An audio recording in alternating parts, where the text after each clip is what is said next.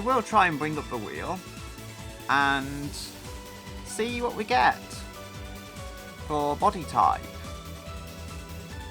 Ooh, coupe. Okay, this is interesting. We've had high performance sport before. We've not had a coupe, just a normal coupe, which can be derived from a sedan, but with 2 doors, perhaps sitting a little lower. So this is interesting because that I would say is high performance. There is other ones though, which I'm going to need to check the engine positioning. So also the size, and then we can do the engine positioning after the size. So we're going to get spin again. Yes, we are. I was going to say large isn't ideal. Large can be pretty good for handling because it's more predictable. But yeah, I spoke too soon. Large isn't necessarily ideal for weight, but it can have its times definitely where it works. This 3.12, this seems like the right kind of body just here, but I will change it if I have to for the engine positioning. So we've got front, rear and mid. Front, okay. This could be interesting.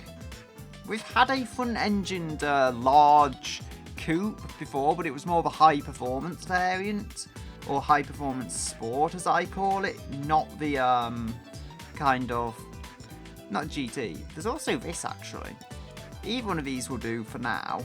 I will probably choose something a little older if it looks cool. But yeah, this looks to me like a BMW 6 Series, if I just hide the wheel to show what we've got. It looks like a BMW 6 Series, that's the immediate vibe I get. This one is more convertible, but it can definitely be a coupe. I mean, I think convertible does fall into the same coupe category, to be honest, so if I need to, I can change it to a convertible, but I will let the wheel decide what body type it is of the kind of ones that do still fall under the coupe bracket. We do need to bring up the wheel again, though, to see what we can get. I need to actually small the browser window a little, because otherwise OBS and that are fighting for screen real estate. So we've got the wheel. We need numbers here. I did get one up, I didn't change it, but I can enter the numbers here. 1, 2, 3, 4, 5, 6, 7. We've got 7 numbers here. We also have an advert blocking the wheel. We have to, let's see, which one we get. Are we getting treated steel again? We are. It seems to be going, the wheel seems to be going through a phase now, like everything must be made of steel. As I said last time, though, that car turned out quite well. That was treated steel, and that was actually pretty good. It wasn't too heavy, though. This being a large body with the steel body is not necessarily going to be great, but if it makes a lot of power, it will easily overcome that. Ooh, okay. This is like a ladder frame on the back. Not necessarily a terrible option, though. I mean, I should not say this, okay? I should not say it, because it's just going to wait to mess me up. But we do have 5 options to choose from here, so tweak the wheel, and then we can spin. Looks like we might be spinning again as well. Got galvanized steel. Nothing here is particularly high-end. Partial, is that... I was going to say, yeah, I think that is a pickup truck frame on the back. Granted, I can't really see the pickup truck frame on the back. Is it more obvious if you go underneath? I mean, maybe it's the way this body works or something, I don't know. Either that or it's on the front, it's like a frame. I think it's just how this body sits. I think it's designed for, like, Australian utes and stuff. That's where it comes from. So we've got front. It supports front and rear engined on this body, which is not an issue. We will go with one of the 2 options here, because it has decided front engine. We just have to decide which front engine with the wheel. And we're going to spin it again. Okay. Let us see. We have got transverse. Thank you. And it does support struts, so that's one problem gone with. I say thank you. We've had a body similar to this. I don't think that was treated steel.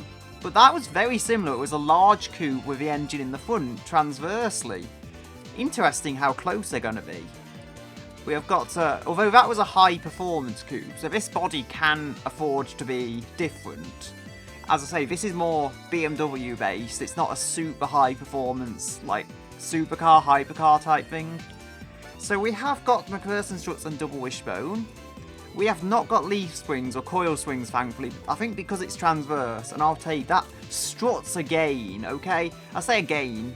The last coupe we built, which I found personally to somewhat resemble the Mitsubishi FTO, that was also struts on the front. Now, what we'll get on the back is anyone's guess, but even if this is leaf springs, we're past the worst of it, I'll be honest here. Even if it's leaf springs, it's not going to destroy the car. And we've got two. We've got leaf springs. I shouldn't have spoke. Okay, it's weird, but we have not got front leaf springs. So even this, it's just going to handle a little worse. Doesn't mean the thing isn't going to put power down. Just means it's going to handle a little worse than if it hadn't had it. I feel sure that wheel is turning. Maybe it's just my head and the position on the monitor, but I'm sure that turned a little. Anyway. I mean, maybe I shouldn't have said that, honestly. So let's see what we've got in terms of coupe. I mean, there is maybe... this body supports all kinds of things. We've got vans even. Technically vans. More car-based vans, but anyway. We've got a truck. This is a coupe. There's a few coupes, I think. But there's at least a coupe. I quite like this one, honestly. But as I say, I could change it later. There is convertibles and stuff as well that fall under the coupe body, I believe. At least a hardtop convertible is definitely a coupe. Don't have a random colour generator up, I'll have to find something. There we go. It's not showing very well at all, but you can see there's a blue there. That will offer us a colour, so if I click generate, we've got some kind of purple. Get the hex. Copy that. Try and like reposition this. So we have got this hex here, that's one we can use. We can tweak the colours a little, but this will choose the base colour we're going to get. I did have another purple car, and it looks pretty good. This looks kind of plum coloured. I'm not sure I like it. Let's see what the, not contrasting colour is though. Let's see what the second colour will be, if I can actually find my way around the menus. So we have got generate, we have got green, purple and green. I have no idea how these are going to work together. I can briefly try something just to like throw them on here and see how they work. There we go. So we can remove the wheel for now. There is our car thus far. We'll go all body panels, amber as they call it, which is not amber at all. Amber would imply more yellow. So if we can just change the roof to... Has it? I don't think it's changed this. Just copy the hex again. Either I misentered it or like I didn't actually copy and paste it. Anyway, there we go. That's actually a pretty nice green. And they do contrast in terms of being like a lighter and a darker colour. As I say, currently I'm just throwing this stuff on here to see how it looks. I will likely change it later on. I think roof is here. You know what? I don't think they contrast too terribly. There's ways I can make it work. It also helps that the body is just generally pretty good looking, at least for a modern car. Now, we have two options. If I bring back the wheel in a moment, we have two options. Gonna try cutting that so I don't have to re-enter everything later on. We'll go... Let's see what we get. We get front wheel drive, okay. Now things have started changing. The last vehicle... The last one I built was front wheel drive, but I mean the last large coupe I built, that was the last large sport coupe, let's say. That was some form of all-wheel drive, so we are different here. I mean, look, it's leaf springs on the back. That's the thing, I could complain a million times about that though. A mystery party wagon, that was leaf springs on the back. That thing still cornered well. So we have got 4 options. Let's see what we get. We've got 2. We've got a 60-degree V engine. Could work quite well for a front-wheel drive. Certainly better than an inline, given that it's a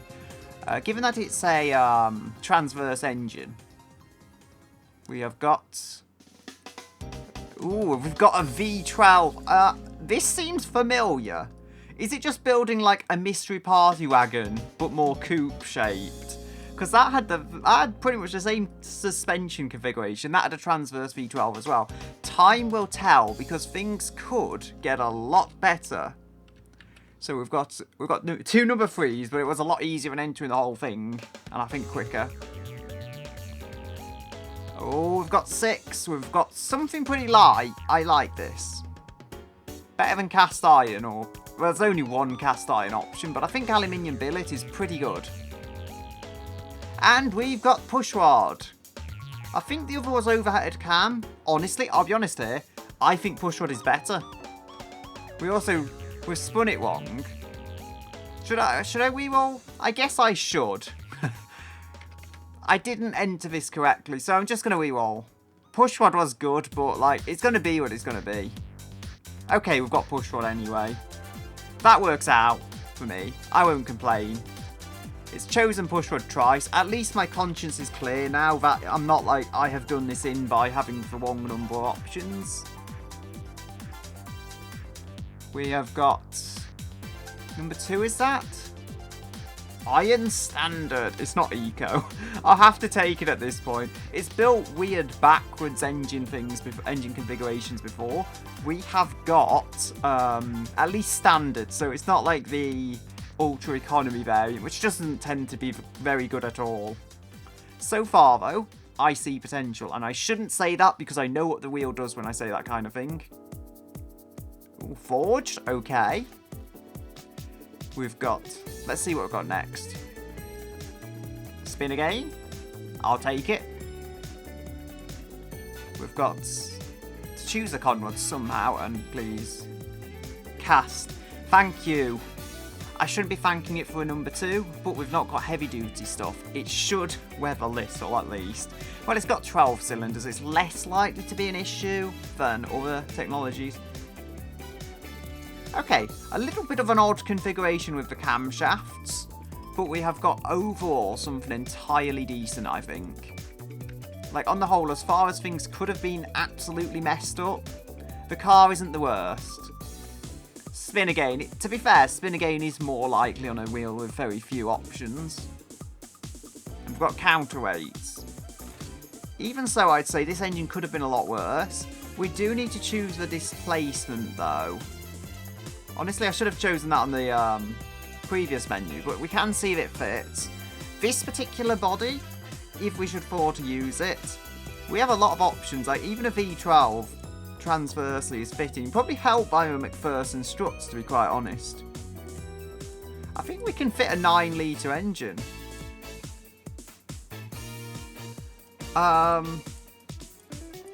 Again, I don't think we need to go beyond 9. So I think if we go 3, 4, 5, 6, 7...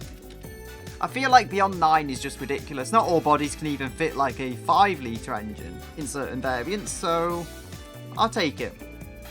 Actually, it does fill it out when you get to 9. But we can fit something around about 9 litres in, so yeah, we can fit a 9-litre engine if we have to by playing with the size. Let us see what we get. No, oh sorry.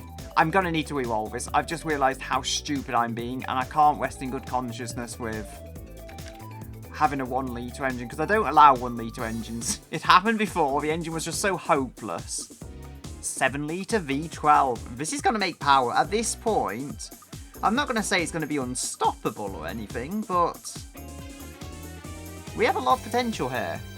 That size will do for now. That is 7 litres. And we have that stuff configured because I did it before. We've got we've got 1 and 2, and spin again. We've got spin again. I think you probably know what I'm guessing with like valve timing, what I want. You probably know. And it's not giving it me. Okay, it's push rod. Probably the only like silver lining we've got. I don't think push rod needs valve timing as much as perhaps other technologies need it. Now we do have 4 options, and then we have like various split offs if it chooses a turbo. So, you know, just it's basically NA, twin charge, turbocharge, supercharge. And we've got supercharger. It seems to be choosing a supercharger a lot. This is going to make power though. A supercharger as well. So the low end on a 7-litre supercharged engine is going to be incredible. But it's front wheel drive. The only thing I'm concerned about is it's just not going to put the power down at all. Wait, did it go 4, 3? I don't know. It chose 2 anyway, so it wouldn't have mattered no matter what the ones after it said. It just wouldn't have made a blind bit of difference. Because it didn't even go that high. And again, it's continuing its path of giving me a very high-end supercharger. Like, I don't know why, but when it starts on a supercharger, it just keeps giving me the highest end bits on that supercharger, which it has not done this time, control-wise, but I think we're generally pretty good. Honestly, I don't know if screw or roots is pretty good. I know centrifugal is closer to a turbo and really does hit the torque, which under certain circumstances can be a good thing to have. I feel like the music's high, but I don't know. It's 3-litre supercharger. If ever you needed a sign that this engine was massive. So we've got 1, 2.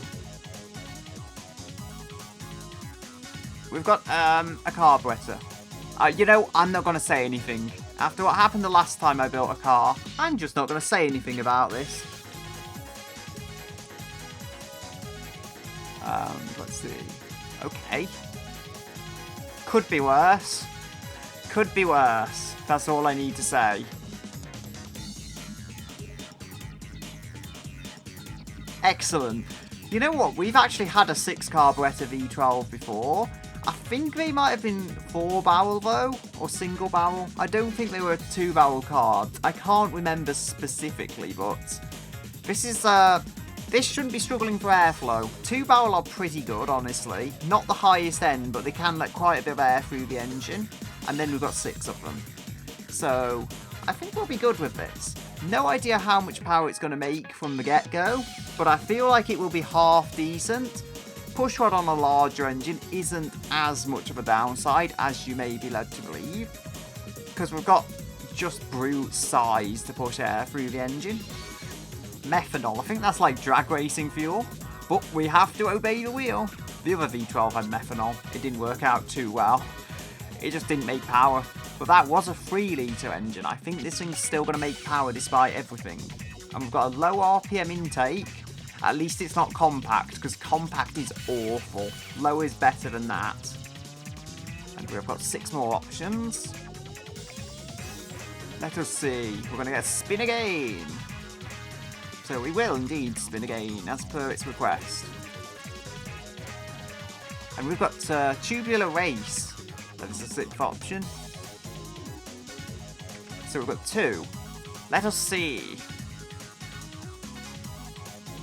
We're going to spin again. I mean, it seems to select it more on the wheel with a limited number of options. But that's fine, because all we're going to do is spin it again and get one of the other 2 options. Dual exhaust. Okay, I like that. I like that a lot.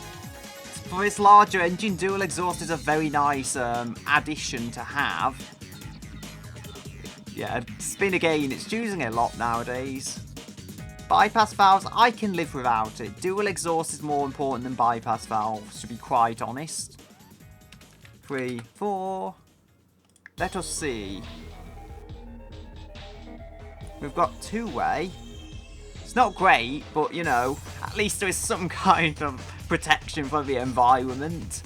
This car, it's not like it's the other car. I think it gave it leaded fuel, and there wasn't even a catalytic converter available for leaded fuel. Okay, number 2 is the number of the day, as it seems. Baffled isn't the best muffler, but it should quieten the thing down. And we've got no second muffler. Decent config. Oh, would you look at that? The RPMs are actually fairly consistent here. Torque, less so much, but I don't think this engine's going to struggle. Because Even though the conrods are some kind of cast, if we just scroll back, conrods are some kind of cast, and we have got forged pistons, forged crank, but it all lines up quite well for RPM. So I will just make sure it's within limits. Yeah, 6200 RPM. This can make it, and the torque is not really an issue. I thought torque would be more of an issue than it is, but as things stand, we're making 400 horse. And that's just like from the offset. I will let the engine roar a little later, but as it stands, we're making 400 horsepower through the front wheels. And you may know where this is going. With the wheels, love for cross-ply tyres. The wheel does love cross-plies. Are we going to get spin again? No, we're going to get 7. It's got a CVT. There is a vision, I believe. I can see a vision here, which is something. And I'm not sure I hate the vision, honestly. Continuous is not an exciting transmission, but performance-wise, it really isn't bad. So we've got a helical LSD. Better than having an open diff with all this power. At least we have something to help put it down. So, let us see. Oh, yes. This is so good. I mean, as much as I would love radial race tyres, we've got radials. So much better than cross-ply, given we're going to need quite a bit of tyre width to get this thing to grip. I can forgive it now if it gives me steel wheels that don't look all that great aesthetically. I can forgive it because it's giving me cross-plies. I can even forgive it for leaf springs because cross-plies are radials, should I say, are extremely important. I think you call them bias plies as well in certain cases. Medium? You know what? Medium radials. Not the highest performance, but the other kind of transverse front engine coupe also had radials. It'll be interesting to see how it competes, because theoretically being front wheel drive, this won't handle as well. But that had cross-ply tyres, even with rear wheel drive. I think this is going to be okay. Like, even if it technically isn't the quickest, it's certainly going to have brute straight line speed and wide tyres. So we have a decent amount of potential running through there. We've got alloys. You know what? Everything else aside, I think we can build quite a nice, somewhat modern-looking coupe here. The only thing that's maybe not so much going to work on a modern coupe is the rear leaf springs, but it's certainly going to have power. Almost like a strange front-wheel drive version of the late rear-wheel drive BMW 7 Series. Not 7 Series, sorry, 6 Series. I believe they moved to all-wheel drive later on, but in the generation I'm talking about, the early 2010s version, they were front-engine rear drive. This being front-engine to front drive is why I think of that. I need to stop yapping and actually do something. Okay. You've done a wheel thing here. You've done a wheel thing. It loves putting drums on the front. That's just a habit it has. It also loved the number 1, but Spin Again has kind of fixed that issue. Alright, the brakes are just consistently bad. It's really going to lean on those radial tyres, because of how it is. We're going to need a number of pistons as well, so we've got 5 options for the number of brake pistons. And we've got 4, so 1, 2, 3, 4. Okay. That's just cruel. When I've got drum brakes on the front, you make the rear that much better. The only advantage may be brake fade. I don't know. I think I can get them working. If we look at this. Okay, that's good. At least being a large coupe means we can make the brakes brutally large, which will help it. Granted, with a steel body and everything, this thing is not going to be light. I can't be that delusional as to believe it. It's almost like it's building a front-wheel drive muscle car. So a muscle car body would maybe not be the most out of place. Off-road skid tray. It would have to be a coupe type of muscle car, naturally. But if I'm to go with, say, a late 70s, early 80s muscle car coupe, that's a vision I can see. So, but this does suit the engine, or fit the engine, should I say. So for now, I'll have to stick with this body. We will change the active aero and stuff later if we go with it. Okay, so this is a coupe, but we do still fit seats. So I would say we'll go with different numbers. We'll give it 2, 4 and 5. Sound realistic for this type of car. Let's see what we get. I mean, if it says 2 seats, I may have to select a smaller type of coupe. If it says 4, that is actually kind of ideal for a luxury coupe. And we've got 5. Okay, I'll take that. Because just with what I'm going for vibe-wise, or I'm thinking of vibe-wise, less than 4 seats just wouldn't work with the whole idea I've conjured up. 1, 2, 3, 4, 5, 6, 7. So we've got like overall vibes coming from this. 6, and we've got luxury, is that? 1, 2, 3, 4, 5. Handmade. It's coming together surprisingly well, so surprisingly cohesive. You wouldn't get a luxury coupe with leaf springs on the back, but I don't think that's going to be an issue in the grand scheme of things. I think it's going to work, especially since it's front-wheel drive. All of the stuff is focused on the McPherson struts on the front, which is still independent suspension, if not the greatest kind of independent suspension. Actually, no, we need different options. So, honestly, I seem to generally start with the 70s 8-track, so I'll do that. 1, 2, 3, 4, 5, 6. That's like become a habit. So I'll just give it those options anyway, even though this looks too modern. I mean, if I change the body to be earlier as well. Have we got a CD player? I get the feeling we've got a CD player. And I like my CD players. 1, 2, 3. Okay, CD player. This is looking immediately a lot more early 90s to me.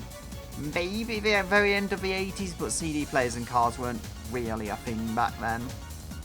So we are going to see which versions there are. There are 4 versions. And we will have to decide from one of them. I'm quite liking this overall, though. Basic CD, okay. Basic CD, yeah. I would have expected something a little more sophisticated, but it's got a CD player, so it still kind of ties in with the lore I am developing for this car. Because I feel like every car this wheel creates has some kind of vibe going for it. Kind of accidentally, because it's totally randomised, but each and every one of these works. Okay, with circulating ball. It's not good. It's better than manual rack and pinion. Because generally, like, if you've not got power steering, rack and pinion is just not ideal. Unless maybe you have a very lightweight car, then it could work. But on anything heavier, it's not a good idea. And concern shouldn't have been due, I guess. It's just if it has none, especially with a front-wheel drive only car, I don't think there would really be a way out of that. We need everything we can get to help this thing corner. So we've got safety. Again, I'll go 1970s onwards because I want these cars to at least have something that kind of makes sense. So 1, 2, 3, 4, 5, 6. So we've got 5, 6. Yes, that's entered correctly. And we will spin. See what kind of safety we're getting. We're getting spin again for safety. Okay, that's a thing. And 6 or 5? We're getting 2020. Okay, I can take that.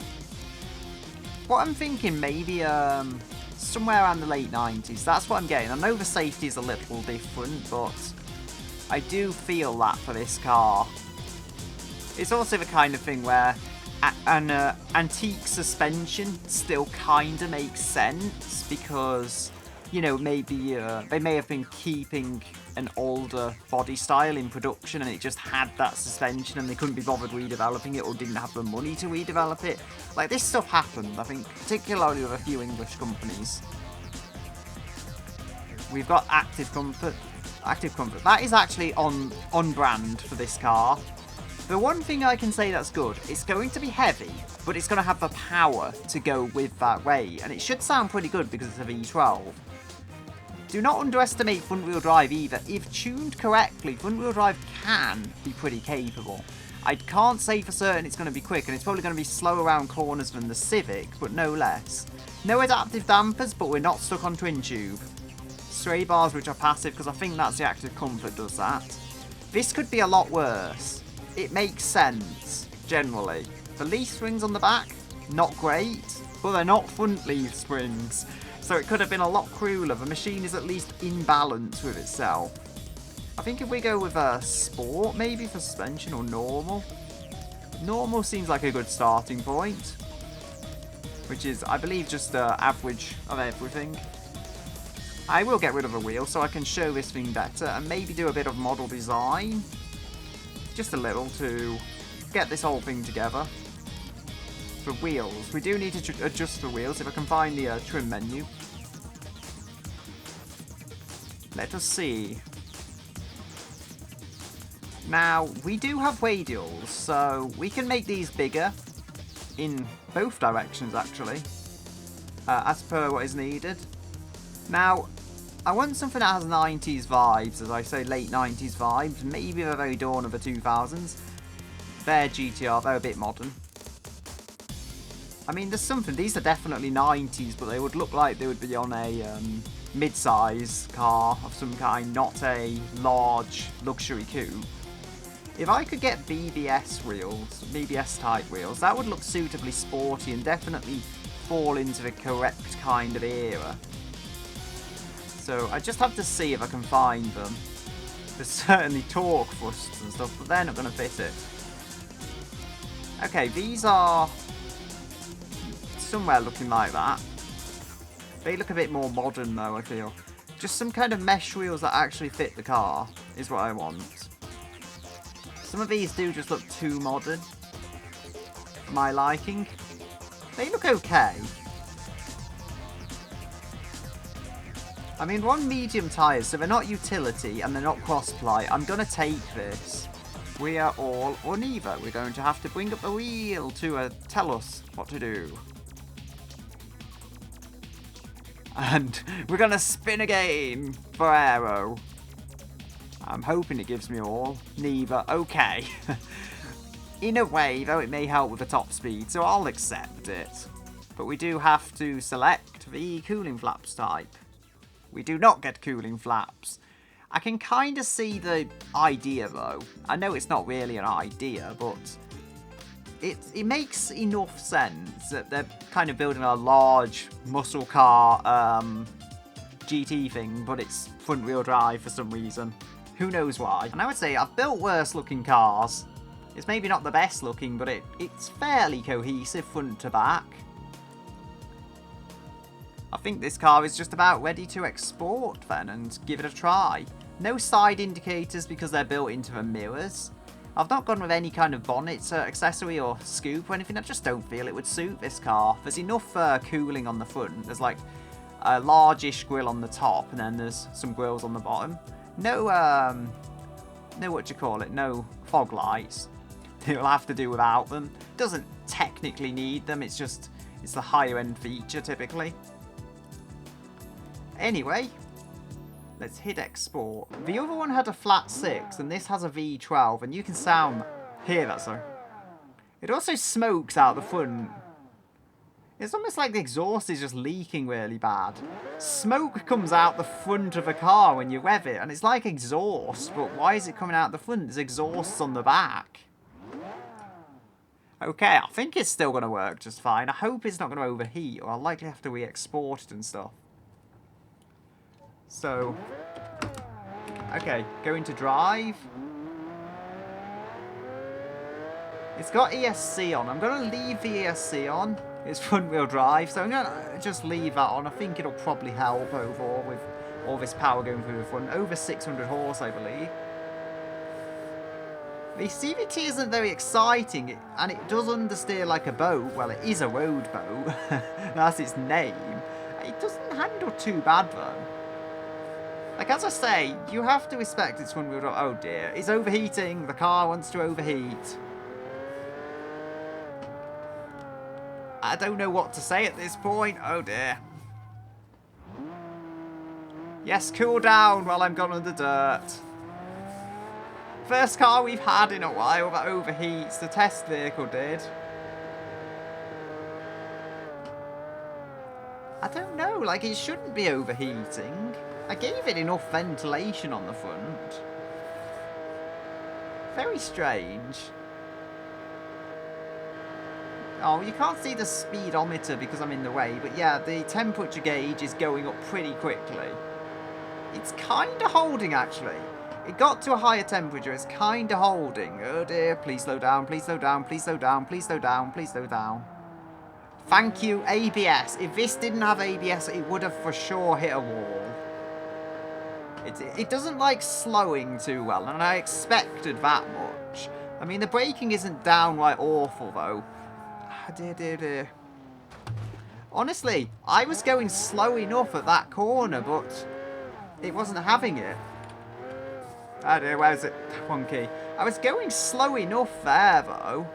Maybe I was going quicker than I anticipated, but it just wasn't braking around corners. It was like going in a straight line, almost like it doesn't have ABS. So I'm going to have to, if this even makes it to a second lap without overheating horrendously, I mean, I'm going to have to give it a chance. It's quite slow off the line, though, and then it just keeps going, which I find interesting. Like, it said 5.8 to 60, so I was never expecting it to be too quick. But what's interesting is, it does that slow, like, off-the-line performance, but once you get it moving, it's not bad at all. But you can tell this hasn't got the assistance of rear-wheel drive, because it doesn't handle all that well. In terms of, like, oversteer, understeer. I mean, the ESC isn't going to help, I'll be honest, in terms of that. I could even try turning it off, because, like, I just don't think it's helping the car. So if we go, where is it? Come on, mouse. I do not know where I'm clicking. There we are. So, like, I can try and multitask here, because I really think that's destroying it. So drive mode off. There we go. So we should just have the ABS now. I don't think I actually damaged the steering when I hit that wall. Oh no, it's not slowing, it's not slowing. It hasn't overheated. Like, I was sure this was overheating, and oh dear. I think I clicked something on the wheel and, like, paused it. It's okay. Come on, I think I turned the engine off. I've not used the wheel in a while, so I turned the engine off. Oh no, coolant's overheating. I'll let it cool down for a moment, because at this point I've already thrown the lap away by turning the engine off. So I'll go slow for a moment, let it cool down, because it was fine on the first lap. Maybe it was just how I, like, set it off, and it was fine after that. What I feel like, it sounds weird, but maybe it overheats, like, naturally if you're just driving it normally. But once you get up to such a speed, there's so much air being, like, brutally forced into the engine that it kind of levels out. And I mean, maybe it's the nitromethane, maybe it's the supercharger, maybe it's just everything on this car being so crazy high power that it doesn't work. But it's almost like, it seems to be overheating worse than it was on the first lap. Which I did, honestly, I did get the first lap to finish, so it has got a lap, even if it overheats here. What's interesting, though, as I say, it's like you would think it would overheat going along here. It's actually seeming to cool at the higher speeds. Yeah, it's like you go 140, though, and you don't notice. The thing is, like, so smooth, but it doesn't necessarily have the cornering to go with a car that is capable of this level of high-end speed. It is very stable, though. I think just largely attributed to the size of it. And I can say that's not a bad thing. I've built cars with the wheel that I dislike a lot more than this. Ow. Yeah, it's like just that one corner. It always catches me off guard. But with this particular vehicle, two things that happen are very interesting. Firstly, it's hit the wall twice and it's just not affected cornering in the slightest. So it seems pretty tough. Also, the car is... oh dear. The car has a lot of understeer. No, but firstly, it hit that wall twice. Secondly, as much as that corner always catches me off guard, I was being particularly careful in both laps here, and it hit the wall both times. I'm going to have to really lean on the third lap, because I think if I'm extremely careful, I can get round without hitting the wall. And it has survived. This is not going to be the quickest car, though, because you look at the world's fastest watermelon, or the toasty wheels. Both those cars, like, you could tell were quick, and coolant overheating. Gonna have to go easy on it a little. Again, it seems very specific circumstances cause the oil to overheat, and it's a problem. I'm not going to deny it's an issue, but I feel I can still get a lap without it overheating. Quite frankly, I'm surprised it's not run out of fuel with like 4 miles per gallon. Come on. Spinning these front wheels, but I think I can get some straight line speed out of it regardless. Slow, step on these brakes. Try and let the thing turn in. Oh dear, maybe I've actually damaged the bodywork enough to impede under cornering there. I feel like maybe it's equally the transmission that's messing with it. I can go back into automation and ramp up the cooling. And you know, if I publish this on the BeamNG website, which I likely will do eventually, I'll likely just put a load of them up there. If I do that, then I will probably just give it a bit more cooling in the menus. It's not usually a problem, but it's a problem that rarely happens on automation cars. Thankfully with this, it's not bad enough to impede on the driving experience totally. I feel like it may also be the CVT though impacting it, just the fact of how it is. I'm going to go flat out with this on the straightaways, but if I can get around here, yeah. Now I'm going to go flat out here, use the speed, because it's odd, but once it gets going, the air gets to the engine and it does cool it down. Piston wings damaged. I am damaging the car, yeah. I think those hits with the wall did something to it. I'm going to try getting it to the line, and it may still be the quickest lap, even with the damage, because it's going. The thing makes so much power, though. I might not even need all the power past this point. You can see all the smoke. This engine's just not happy at all, oh dear. Come on. Well, that's the best I have done. I managed to avoid hitting the wall, but I am still on the sand. The thing is, I think even hitting the wall now, though, this car is just completely destroying itself with damage for piston rings. I mean, it is just not happy. It needs more engine cooling. That's the one takeaway I've got. It also has a few flaws just being front-wheel drive. Front-wheel drive cars are not meant to be this brutally powerful. And you can tell. Like, it does put the power down, but it's just trying to get around the corners.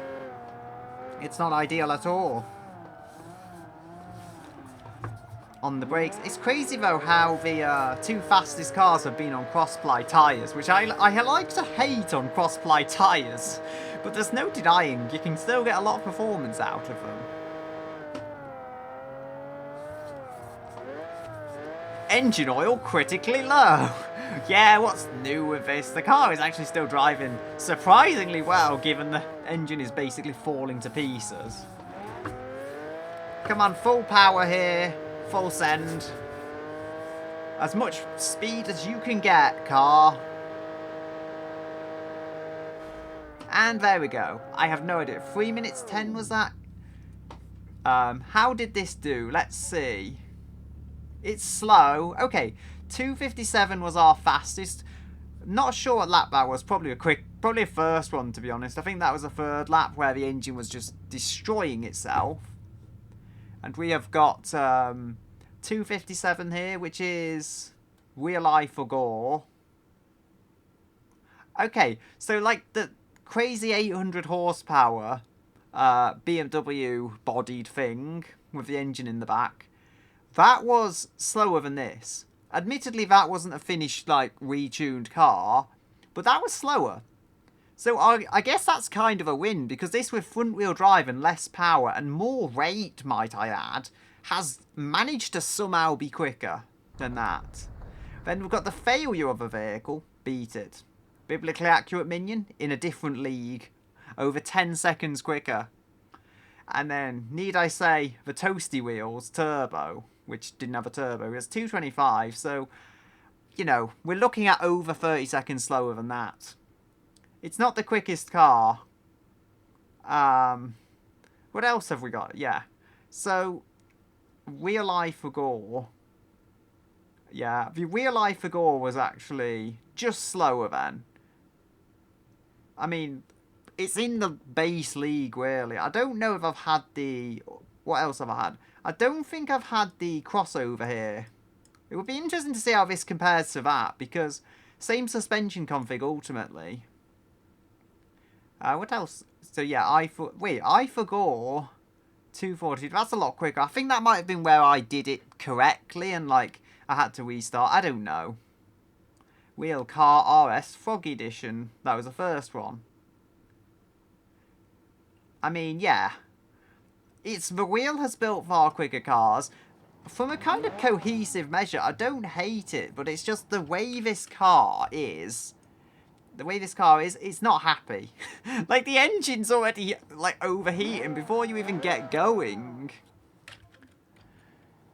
So now I can just move this avatar. Could go like that. Yeah, you'll see there is... let's see the temperature gauge. If I just, like, rev the thing... If I rev this thing, it like starts to overheat. Let's put it in gear. Let's put it in gear and just go like... Let's just like rev it into a wall or something. You'll see how much that temperature gauge goes up. Impact detector, stopping car. It's not horrible, but it's just, you know, there's so much flawed with it. I can let the lights on. I like the look of it. And I would definitely like to, like, rebuild this, but maybe with some nicer tyres and just better rear suspension. But it could be so much that it's not. Anyway, I'll pop up off the ground again. I'm going to leave it here for today. And I will hopefully build something a little quicker next time. But for now, I'll say goodbye. Until another day.